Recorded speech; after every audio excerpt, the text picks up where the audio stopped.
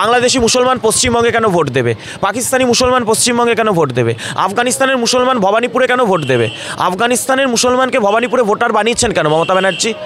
কোন দমে কোন অধিকারে তিনি বানাতে পারেন? এসআইআর নিয়ে কে ভয় পেয়েছে? কে ভয় পেয়েছে? কারক নাম বলছেন মমতা ব্যানার্জি। উনি তো হেরে গেছেন, উনি তো পরাজিত। উনি তো এখন মুখ্যমন্ত্রী হিসেবে ইস্তফাপত্র লিখে রেখেছেন যে এই যেদিন ভোটের রেজাল্ট ঘোষণা হবেন উনি প্রাক্তন মুখ্যমন্ত্রী হিসেবে ইস্তফা দেবেন।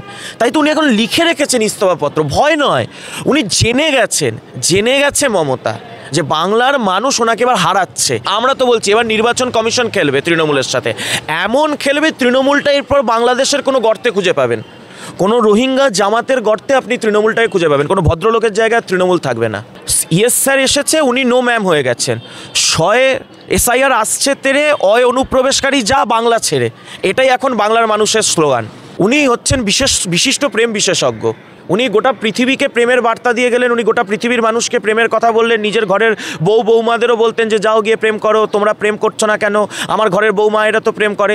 যার জীবনে যে জিনিসটার অভাব থাকে না, যার জীবনে যে জিনিসটা পায় না, সেই জিনিসটা নিয়ে তার সারা জীবনের একটা আক্ষেপ, ক্ষোভ, বিক্ষোভ থাকে।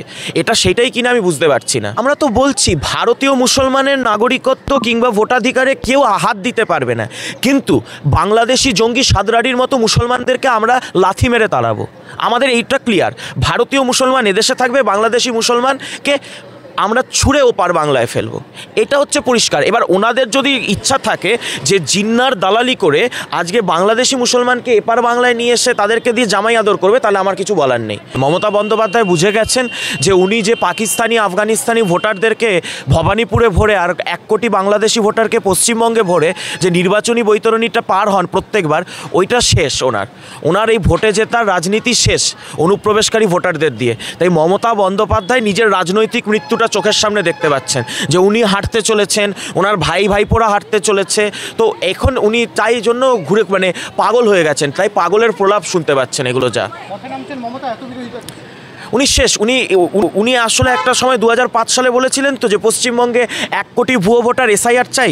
আজকে যেহেতু এসআইআর হচ্ছে 20 বছর পর, তাই উনি স্বাগত জানাতে নামছেন। আপনারা ভুল ভাবছেন ওনাকে, উনি স্বাগত জানাচ্ছেন এসআইআরকে। উনি হচ্ছেন বিশিষ্ট প্রেম বিশেষজ্ঞ। উনি গোটা পৃথিবীকে প্রেমের বার্তা দিয়ে গেলেন, উনি গোটা পৃথিবীর মানুষকে প্রেমের কথা বললেন। নিজের ঘরের বৌমাদেরও বলতেন যে যাও গিয়ে প্রেম করো, তোমরা প্রেম করছো না কেন?